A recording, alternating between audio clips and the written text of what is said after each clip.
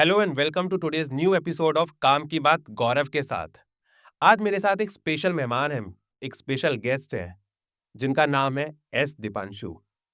Recently उनकी एक novel बहुत चर्चा में है, बहुत सुर्खियों में है क्योंकि इसका नाम इतना अच्छा है, मुझे खुद बड़ा अच्छा लगा। The blind king. The blind king नाम सुन के ही ऐसा लगता है कि मतलब ये क्या है। आई एम श्योर आपको भी ये वर्ड काफ़ी अच्छा लगा होगा सुन के। मेरे साथ एस दीपांशु अभी हैं, उनसे बात करेंगे, उनसे चर्चा करेंगे, जानेंगे इस ब्लाइंड किंग के बारे में। First of all I would like to invite you to my podcast as Deepanshu. Thank you Aarav, thank you for inviting me. Deepanshu, the blind king जैसा आपकी जो नॉवल का नाम है, ये ना बड़ा अच्छा और बड़ा भारी सा वर्ड लगता है, द ब्लाइंड किंग। तो आप ही बता दीजिए क्या है ये द ब्लाइंड किंग? देखिए गौरव, ये जो टाइटल है द ब्लाइंड किंग, ये जो है महाभारत के करेक्टर जो हैं धृतराष्ट्र, जिन्हें हम सब जानते हैं कि वो इंटरमेंट किंग थे जब पांडु नहीं थे। ये उन पे आधारित एक नॉवल है। मैंने उनको ही एज अ सेंट्रलाइज करेक्टर रख के इस पूरी बुक को लिखा गया है कि क्या एक्चुअली वो आंखों से ही अंधे थे, या और भी कोई ऐसे कैरेक्टर्स या ट्रेट्स थे जिसमें वो अंधे थे और जिसकी वजह से शायद ये पूरी महाभारत हुई, जिसको आज हम जो है पूरा महाभारत कुरुक्षेत्र वॉर हुई, जिसको आज हम महाभारत के रूप में जानते हैं। तो अच्छा है, मतलब जैसे मैं भी ये सोच रहा था ब्लाइंड किंग सुन के ऐसा आता है अंधा राजा। और मेरे को तो इतना ही पता है कि जो धृतराष्ट्र थे, वो आँखों से ही अंधे थे। लेकिन आप इसको अपने पर्सपेक्टिव में बताना और कि कैसे क्या पूरा स्टोरी लाइन था? और सबसे बड़ी बात कि आपको वो इंस्पिरेशन कहाँ से मिली इस बुक को लिखने की? मैं ना बचपन से ना माइथोलॉजी में बहुत बिलीफ रखता हूँ और बहुत टच में रहा हूँ। मेरे को शुरू से शौक रहा है कि मैं रामायण पढूँ, मैं महाभारत पढूँ, मैं गीता पढूँ, मैंने भागवत पढ़ी। तो जब भी मैंने कोई किताब पढ़ी है, मुझे सबसे ज़्यादा जो कनेक्ट करा है ना, वो महाभारत ने करा है। क्योंकि मुझे ऐसा लगता है कि महाभारत एक ऐसी कहानी है, जिसका किसी युग से कोई लेना-देना नहीं है। आप महाभारत द्वापर युग में हुई, लेकिन अगर आप आज कलयुग में हम में से किसी की भी लाइफ में अगर देखेंगे, तो हम सब कहीं न कहीं से ना महाभारत से कनेक्टेड हैं। और जो एक बहुत मतलब पॉइंट है जो मुझे बहुत अच्छा दूसरा लगता है, मैं ना कर्मा में बहुत बिलीव करता हूँ। तो अगर हम महाभारत को पढ़ेंगे या हम जब श्री कृष्ण को सुनते हैं, जब वो गीता पे ज्ञान देते हैं गीता का, तो वो हमेशा कर्म की ही बात करते हैं।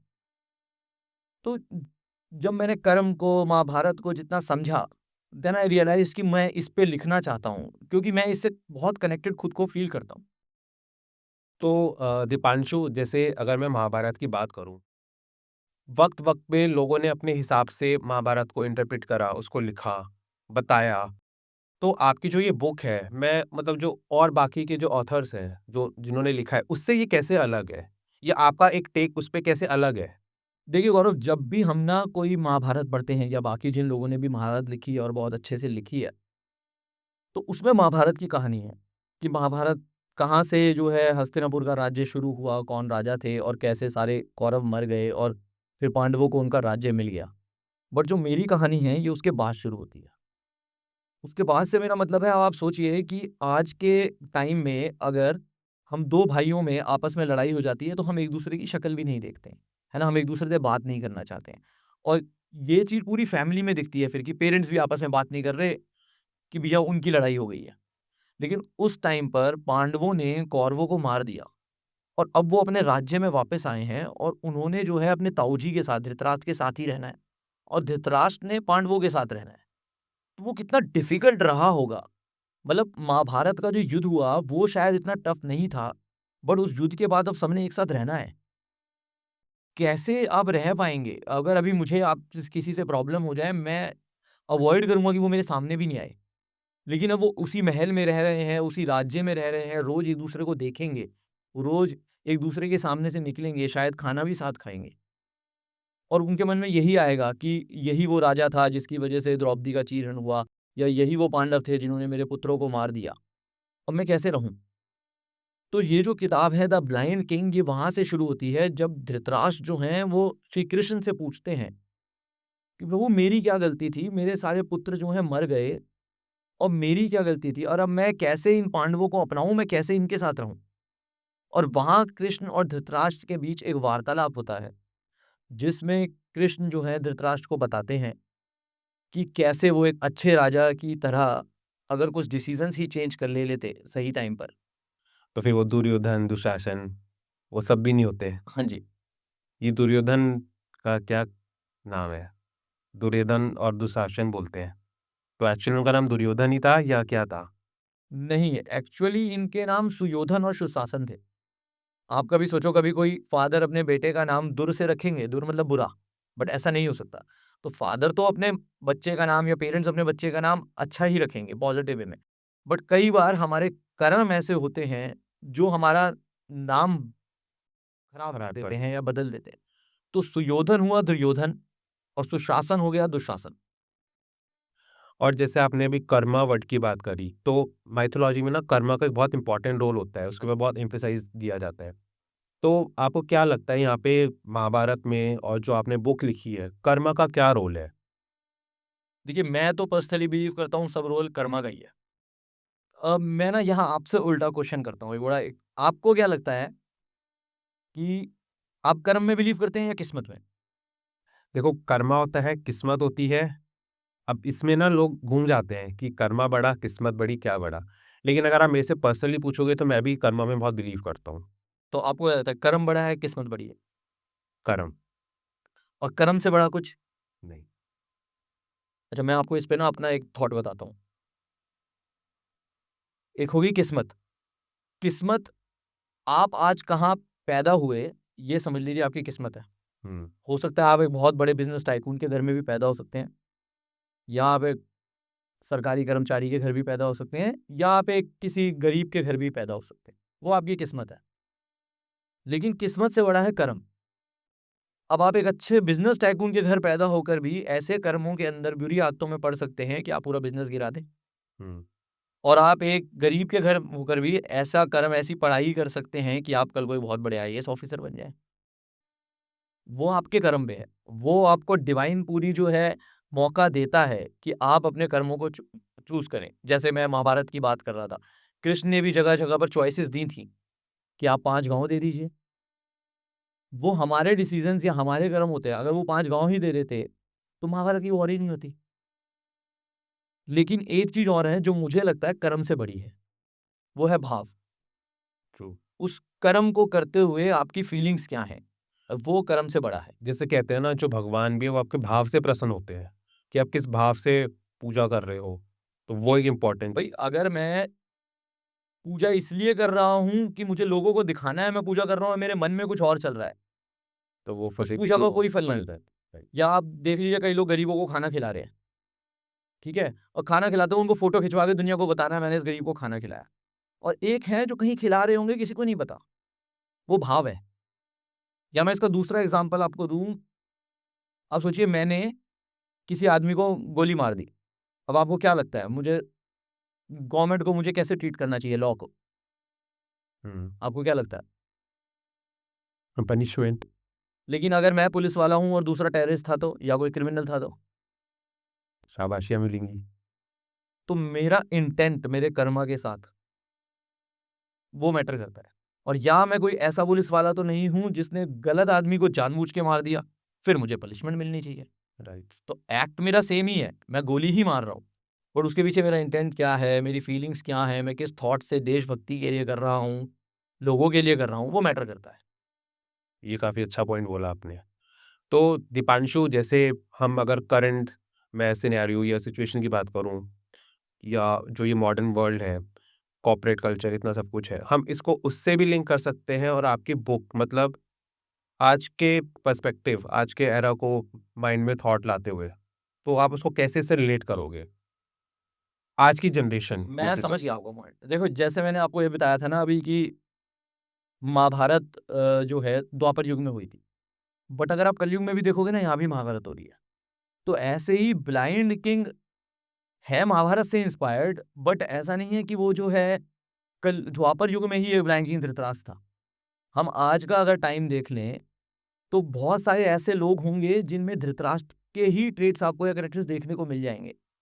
जैसे फॉर एग्ज़ाम्पल, कई ऐसे पेरेंट्स होंगे जो अपने बच्चों की गलतियाँ छुपा रहे हैं, उन्हें सपोर्ट कर रहे हैं। हुँ। तो वो भी द ब्लाइंड किंग हुई। वो भी ब्लाइंड किंग ही है। उनको नहीं पता कि इसका लॉन्ग टर्म क्या इम्पैक्ट होगा। आप कॉर्पोरेट कल्चर में जाइए, कई ऐसे बॉस होंगे जो किसी स्पेशल एक पर्सन को, जिसे हम चापलूस वर्ड यूज कर लेते हैं कई बार कि ये तो बॉस का चमचा है, उसके साथ फेवरेटिज्म करते हैं।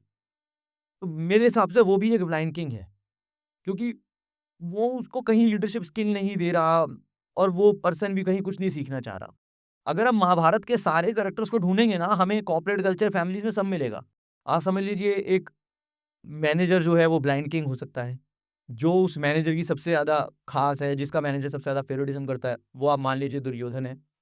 फिर आप सोचिए कोई ऐसा पर्सन जिसको ये पता है कि यार ये जो है ये मैनेजर के बहुत ज़्यादा क्लोज है, मैं इसकी सारी बात मानूंगा, वो दुशासन। कोई ना कोई टीम में होंगे जो सफ़र कर रहे होंगे इस पूरी पॉलिटिक्स की वजह से, उन्हें आप पानवास का कैरेक्टर समझ सकते हैं। कोई होगा जो आपको समझाएगा, ज्ञान देने की कोशिश करेगा कि कोई बात नहीं, जो सपोर्ट करेंगे वो विदुर हो गए, श्री कृष्ण के कैरेक्टर। तो हमारी आज की युग कोई भी हम सब में एक ब्लाइंड किंग है। हो सकता है हम सब में एक शकुनी भी मिले, किसी के लिए हम विदुर भी हों, राइट। किसी के लिए हम दुशासन भी हों। अब ये हमारे कर्म और हमारी फीलिंग्स, जो मैंने आपको भाव बताया, उस पर डिपेंड करता है। और महाभारत से जैसे लीडरशिप वाला पर्सपेक्टिव ही निकल कर आता है, तो आपको लगता है कि आपकी अपनी खुद की लाइफ में भी कुछ इक्वल लीडरशिप क्वालिटी आई है निकल कर, या पावर अथॉरिटी, ये सब बात करी जाए तो? देखो, मुझे ऐसा लगता है कि जो लीडर होगा ना, वो कभी खुद नहीं बोलेगा कि मैं लीडर हूँ। ये तो लोग बताएंगे कि आप में लीडरशिप है या नहीं। वो उसके एक्ट में वो उसके दिखेगा। एक्ट में दिखेगा या उसकी टीम या उसके फॉलोअर्स बताते हैं। जो खुद कहेगा ना, yes I am a leader, I am a leader, वो बॉस है। और मेरे हिसाब से बॉस और लीडर में बहुत बड़ा डिफरेंस है। राइट। बॉस हमेशा आगे दिखेगा, लीडर्स लोगों को आगे करेंगे। ये बहुत आपको कई जगहों पर, ये कॉर्पोरेट कल्चर्स का ही जैसे मैं एग्जांपल दे रहा हूँ, आपको वहाँ भी मिलेंगे। जो अच्छे लीडर्स होंगे आपके, वो आपको आगे लाएंगे, आपको ग्रो करने का मौका देंगे। ठीक है, अगर आप महाभारत के टाइम पे भी जाएंगे तो वहाँ जो गुरु होते थे, सिखाते थे और वो चाहते थे कि हमारे शिष्य हमसे ऊपर जाएं, हमसे ज़्यादा अच्छा करें।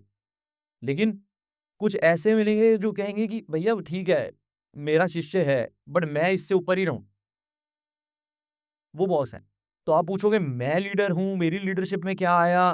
अब इसका जवाब शायद मैं इतने अच्छे तरीके से नहीं दे पाऊंगा। अगर मैं किसी की लाइफ में कुछ ऐसा इम्पैक्ट कर रहा हूँगा, तो वो शायद बेहतर बता पाएंगे।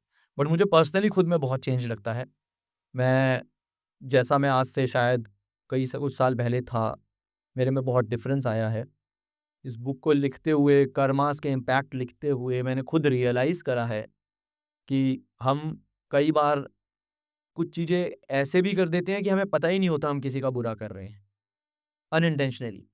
कर्मा के भी बहुत सारे डिफरेंट डिफरेंट पॉइंट्स होते हैं ना, मतलब हाँ, कर्मा के 12 लॉज़ हैं एक्चुअली। Laws, right. मैंने वो लॉज़ भी जो हैं अपने इस बुक के अंदर मेंशन करे हैं, और हर लॉ का एक अलग इम्पैक्ट है, अलग वो है, कैसे उस लॉ को आपको, वो लॉ आपको कुछ सिखाता है। कि कर्मा का सिंपल, हम सब सोचते हैं, कुछ लोग कर्मा में बिलीव नहीं करते। वो कहते हैं कि भई हम वो कर्मा को पास्ट लाइफ से रिलेट करते हैं। राइट। ज़रूरी नहीं है कर्मा सिर्फ पास्ट लाइफ से हो, कर्मा आपका प्रेजेंट लाइफ से भी हो सकता है। इम्पैक्ट, मैंने आपको थप्पड़ मारा, आपने मारा, दैट्स माय कर्मा। ठीक है? और कई बार हमें ये भी नहीं पता होता कि हम जो कर्म का फल दे रहे हैं, वो हम जो कर्म कर रहे हैं और दूसरे को बुरा लग रहा है। या मैं इसको आपको दूसरे तरीके से बताता हूँ। जब भी कोई हमारे साथ कुछ बुरा करता है, तो हमारे मन से सीधा यही निकलता है, यार इसने मेरे साथ बुरा करा, देखना इसको भी इसके कर्मों का फल मिलेगा, भगवान इसके साथ कुछ बुरा करेगा, राइट। है ना? बट हमें कैसे पता कि उसने हमारे साथ बुरा करा है और भगवान उसको उसका फल देगा? क्या पता हमने किसी के साथ बुरा करा और वो हमें उसका फल देकर गया हो। ट्रू। पर ये है ना कि अपने बुरे कर्म किसी को नहीं दिख रहे। जैसे धृतराष्ट्र को, उसके हिसाब से ही वॉज राइट। वो अपने हिसाब से वो अपने पुत्र का सपोर्ट कर रहे थे, वो अपने पुत्र मोह में थे, जैसे भी था। ठीक है? बट जब सब कुछ खो गया, तब उन्हें रियलाइज़ हुआ कि नहीं, मैं ये कर सकता था। ऐसा हमारी लाइफ में भी होता है। शायद हमें बहुत टाइम बाद लगता है कि काश मैंने उस टाइम पे ऐसे एक्ट करा होता, तो मैं इस रिलेशन को सेव कर लेता, या मैं इस अपॉर्च्युनिटी को सेव कर लेता, ना मैं आज इस लेवल पर होता। बट अगर ये हम सही टाइम पे ही समझ लें, तो शायद हमारी लाइफ बहुत ईज़ी हो जाएगी। दीपांशु, मतलब to the crisp, any one good reason कि मतलब ये बुक किसको पढ़नी चाहिए और क्यों पढ़नी चाहिए? या कोई पर्टिकुलर ऐसा सेगमेंट भी है कि ये इन कैटेगरी के लोगों को पढ़नी चाहिए, या कोई भी इस किताब को पढ़ के बहुत कुछ सीखने को मिलेगा? देखो मेरे हिसाब से इसे कोई भी पढ़ सकता है, क्योंकि कर्मा ऐसी एक चीज़ है, जो आप 18 साल के हो, आप पे भी इम्पैक्ट है। हमारी आज की generation, they are also into good and bad. Right. ठीक है? आप 30 के हो, 40 के हो, आप गृहस्थ जीवन में हो, आप ब्रह्मचारी हो, आप पॉलिटिशियन हो, आप पुलिस वाले हो, कर्मा का इम्पैक्ट सब पे है और वो हमेशा ही रहेगा। हम बैठ के कुछ सोच भी रहे हैं ना, वो कर्म है कि हम अच्छा सोच रहे हैं या बुरा सोच रहे हैं। आप ऐसा कोई मोमेंट नहीं है कि आप कि कर्मा आपको इम्पैक्ट ही ना कर रहा हो या आप कर्मा के सर्कल में ना हो। कोई उस समय मैंने कुछ किया थोड़ी ना, मैंने सोचा ही है। आपने सोच लिया ना, आपने एक फीलिंग को डेवलप कर लिया। वो जो एनर्जी है, वो आपसे जनरेट हो चुकी है, वो आप पे इम्पैक्ट करेगी। तो मेरे हिसाब से इसे कोई भी पढ़ सकता है और आप किसी भी एज में पढ़ सकते हो और आप खुद भी इसे अलग-अलग एज में पढ़ सकते हो। क्योंकि जब भी आप इसे पढ़ोगे हो सकता है आप एक अलग प्रोफ़ेशन में हो, राइट। है ना? या पहले आप बैचलर थे, अब आप मैरिड हो, तो आपका नज़रिया इसे पढ़ने का चेंज हो जाएगा। अभी आप उसे एज़ अ स्टूडेंट पढ़ोगे, हो सकता है आप किसी गलत आदत में हो, आप एज़ अ चोर पढ़ोगे, हो सकता है आप एज़ अ पुलिस पढ़ोगे। आप किसी भी प्रोफ़ेशन में इसे पढ़ सकते हो। कल को आप इसे अपने बेटे को सोच के पढ़ सकते हो, कल को आप इसे अपनी वाइफ़ के साथ अपने रिलेशन को सोच के पढ़ सकते हो। आप अपने बॉस के साथ सोच सकते हो। दीपांशु, जब आपने ये बुक लिखी तो डेफ़िनेटली बहुत सारी रिसर्च भी चाहिए होती है ऐसे सब्जेक्ट के ऊपर लिखने के लिए। तो थोड़ा-सा मतलब क्या किस तरीके की रिसर्च रहती है? आपने क्या रिसर्च करा? कैसे थॉट आया कि ये बुक लिखनी है? वो रिसर्च पार्ट के बारे में मुझे प्लीज़ कुछ बताइए। देखिए, जब आप माइथोलॉजी पे कुछ लिखते हैं ना, तो तब क्योंकि मुझे लगता है ये ना लिखना बहुत बड़ा चैलेंज रहता होगा। माइथोलॉजी के अंदर कुछ जेन्युइन चीज़ें भी हैं, कुछ बनावटी भी हैं। तो कैसे बैलेंस करना होता है दोनों को? देखो माइथोलॉजी में जब भी आप कुछ लिखते हो ना, तो आप पे हमेशा एक प्रेशर रहता है कि राइट। मैं कुछ ऐसा ना लिख दूँ कि कि कुछ लोग लोग जो हैं वो बुरा मान बुरा लें। मान जाएँ, राइट। और ये कोई भी लिख रहा है या वो टीवी सीरियल बना रहे हो, माइथोलॉजी बिल्कुल है और कोई भी रिलीजन हो, है ना? आप नहीं कर सकते। तो रिसर्च तो ज़रूरी है। अब क्या फ़िक्शन है, क्या सच है, ये तो अब क्या है, कई सारी माइथोलॉजीज़ के अंदर क्या हो रहा है कि ना कॉन्टेक्स्ट ही चेंज होते गए हैं कई सालों से। तो हर चीज़ फ़िक्शन ही समझी जाती है। मेरे को बहुत रिसर्च करनी पड़ी इसके अंदर। ख़ासकर जब मैंने आपको बताया कि कर्मा के लॉज़ होते हैं और मैंने हर एक चैप्टर को एक कर्मा के लॉ से कनेक्ट करा है। राइट। तो अब एग्ज़ाम्पल मैं धृतराष्ट्र के किसी एक इवेंट को जिसको वो एज़ अ लीडर चेंज कर सकते थे, किसी एक कर्मा के लॉ से लिंक करता हूँ एंड कृष्ण उन्हें बता रहे हैं कि वो कैसे जो है अपने एक डिसीज़न से इसे चेंज कर सकते थे, कहाँ उनकी गलती है। मुझे सबसे ज़्यादा प्रॉब्लम हुई कि मेरे को उस कर्मा के लॉ से अगला चैप्टर लिंक करना है और उस चैप्टर को ऐसे क्लोज़ करना है कि वो कन्वर्सेशन जो है वो अगले एक चैप्टर के साथ लिंक हो जाए, जो मुझे मेरे लिए सबसे बड़ा चैलेंज फ़ील हुआ। Deepanshu, Mahabharat is often seen as a reflection of human nature, जहाँ पे पावर, लव, लस्ट, ड्यूटी ये सब चीज़ें हैं। तो आपने अपनी इस बुक को इससे लिंक्ड भी किया है? ये आपस में कोई इनका इंटरलिंक भी है? देखिए, बिना इनको लिंक करे तो महाभारत कोई लिख ही नहीं सकता या महाभारत से आप कोई मैसेज किसी को दे ही नहीं सकते। तो डेफ़िनेटली अगर महाभारत है, तो राज्य का लोभ भी होगा, द्रौपदी के चीरहरण की बातें भी होंगी। एक जो बहुत इम्पोर्टेंट या अच्छा पार्ट मुझे लगता है इस बुक के अंदर है, जो इम्पोर्टेंस हम जैसे ब्लाइंड किंग मैं आपको बार-बार धृतराष्ट्र कह रहा हूँ, ठीक है वो धृतराष्ट्र ब्लाइंड किंग थे। बट अगर हम एक नज़रिए से देखें, तो मुझे तो कभी-कभी युधिष्ठिर भी ब्लाइंड किंग लगते हैं। युधिष्ठिर। एक फ़ेज़ में जब उन्होंने चौसर में अपने सारे भाई लगा दिए, वो भी एक राजा की रिस्पॉन्सिबिलिटीज़ को ही जो है दर्शाता है। या अगर मैं पैरेंटल लव पे बात करूँ, तो गांधारी ने आँखों पे पट्टी बाँध ली थी, हम सबको पता है ना? राइट। तो वो भी मुझे लगता है एक ब्लाइंड क्वीन के ही ट्रेट्स हैं, क्योंकि जहाँ वो शायद अपने बच्चों को पूरा सँभाल सकती थी, उन्हें बचा सकती थी, शकुनी उन्हें मैनिपुलेट ना कर पाएँ, वो जो है अपना जो है बस कि मैंने वचन दिया है, मैं जैसे मेरे पति अगर अंधे हैं तो मैं भी आँखों पे पट्टी रहूँगी, उसमें चले गए। तो मैंने इन सबको कवर करा है और इन सब से हम सब क्या चीज़ें सीख सकते हैं और ये आज की लाइफ में भी हमारे मॉडर्न आज का कलयुगा की बात करें तो हमें कैसे इम्पैक्ट कर रहे हैं।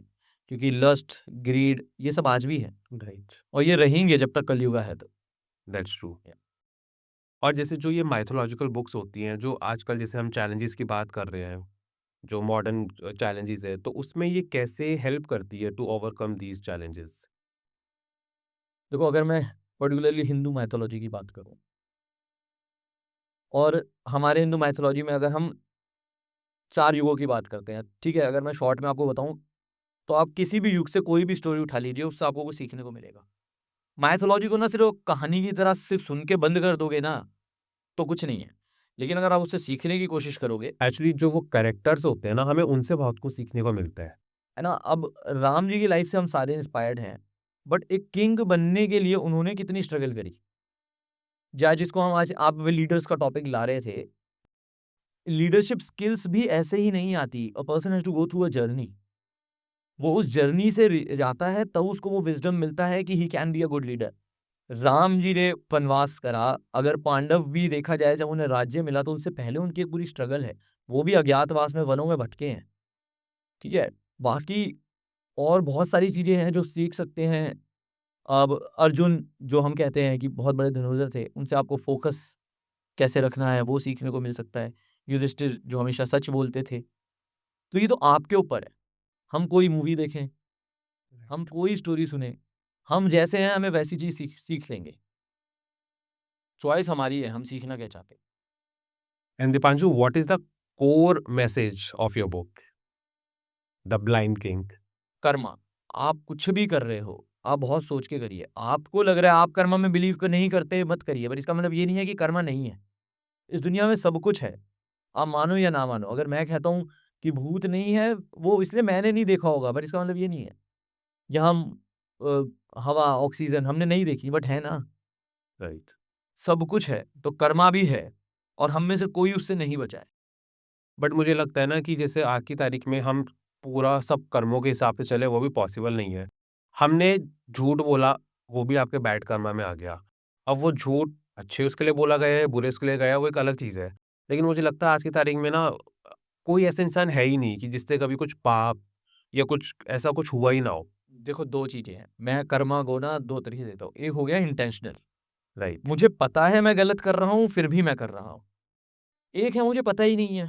तभी जैसे लोग बोलते हैं कि भगवान भूल चूक माफ़ करे। हम इतने बड़े अभी हैं ही नहीं शायद कि हम भगवान का क्या लॉजिक है कर्मा पे या कर्मा कैसे इम्पैक्ट करता है आपको, कैसे उसकी पावर है, हमें नहीं पता, बट है, राइट। ठीक है? और हम जितनी कोशिश कर लें शायद हम उसे नहीं समझ पाएँगे, बट हम अपने आप को तो जानते हैं। हमें आज पता है कि मैं इंटेंशनली उसके अगेंस्ट पॉलिटिक्स प्लान कर रहा हूँ, मैं इंटेंशनली उसको बेवकूफ़ बना रहा हूँ, मैं उसको चोरी कर रहा हूँ, कुछ भी। तो वो तो इम्पैक्ट करेगा ही करेगा, आप कितना कोशिश कर लीजिए, राइट। ठीक है? हाँ, इस पे बहुत ना ये डिबेटेबल टॉपिक है, मैं आपको सच्चाई बताऊँ तो। आप इस पे किसी से भी 1 घंटा बात कर सकते हैं, 2 घंटा कर सकते हैं, पर इसके कभी आप सच में आंसर ढूँढेंगे ना, आपको समझ भी नहीं आएँगे। इसलिए बस आप अपना इंटेंट, अपना भाव क्लियर करिए और जो आप करना चाह रहे हैं, आप अच्छे मन से करिए। इसका एक सिंपल सॉल्यूशन यही है। So Deepanshu, what next after the blind king? अभी करंटली और भी कोई बुक्स पे आप काम कर रहे हैं, कुछ मन में चल रहा है? एक्चुअली मैं काफ़ी सालों से रिसर्च कर रहा था, कुछ अलग-अलग सब्जेक्ट पे, जिसमें से मेरा फ़ेवरेट यही था, मैं ब्लाइंड किंग, इसलिए मैंने इसको फर्स्ट करा। अभी और भी सब्जेक्ट्स हैं जिनको एक्चुअली मैं लिख चुका हूँ, मोटिवेशनल हैं, 1-2 माइथोलॉजी सब्जेक्ट्स और हैं। तो मेरा प्लान है आगे कि वो भी पब्लिश हों, वो भी लोगों तक पहुँचे। बट अभी तो मेरा फ़ोकस यही है कि ब्लाइंड किंग को जितने लोग पढ़ें, मुझे एक्चुअल फीडबैक मिले कि उन्हें ये कहानी कैसी लगी। अगर उन्हें लगता है कि there is an area of improvement for me, तो वो मुझे बताएँ डेफिनिटली। और अगर उन्हें कुछ अच्छा लग रहा है, वो इससे कुछ सीख पाते हैं, तो वो तो अपना एक्सपीरियंस शेयर अपना करें। एक्सपीरियंस शेयर करें। सो आई थिंक दीपांशु जी, काफ़ी इंसाइटफुल कॉन्वर्सेशन रहा हमारा ये। मेरे लिए भी काफ़ी न्यू लर्निंग थी। एंड फ्रेंड्स, आई थिंक आप भी इस बात से एग्री करेंगे, जैसे जब हमने बात करी द ब्लाइंड किंग, जो हमने स्टार्टिंग में बात करी, तो आप भी इस बात से एग्री करेंगे कि कहीं न कहीं हम सब भी अंधे हैं। हम चाहे अपनी फैमिली को लेकर हो, कोई अगर कॉर्पोरेट कल्चर में है तो वहाँ पे कोई किसी का फ़ेवरेटिज़्म कर रहा है। तो आई नो कि आप एग्री करोगे कि हाँ, ये सब चीज़ें हैं। और ये आप डिसाइड करिए कि ये सही है या गलत है। मुझे लगता है कि अगर आप आज ऐसा कर रहे हैं तो आपको पता है कल को जाके वो कुछ उसका बुरा इम्पैक्ट भी हो सकता है। तो आई थिंक ये चीज़ गलत है। तो जो सही है, सही का साथ देना चाहिए, जो गलत है, उसको गलत को बोलना चाहिए। तो रिक्वेस्ट तो मैं आपसे क्या ही करूँगा, लेकिन हाँ, मेरे को लगता है कि एक बार आपको ये बुक ज़रूर पढ़नी चाहिए, क्योंकि शायद जो आज की महाभारत है, आप उससे बच जाएँ अगर आप इस बुक को पढ़ते हैं, काफ़ी कुछ लर्निंग आपको मिलेगी इस बुक से। So yes and at last do like and subscribe my channel journo Gaurav. बहुत जल्द मिलेंगे एक नए मेहमान, एक नए टॉपिक के साथ। तब तक के लिए थैंक यू, नमस्कार।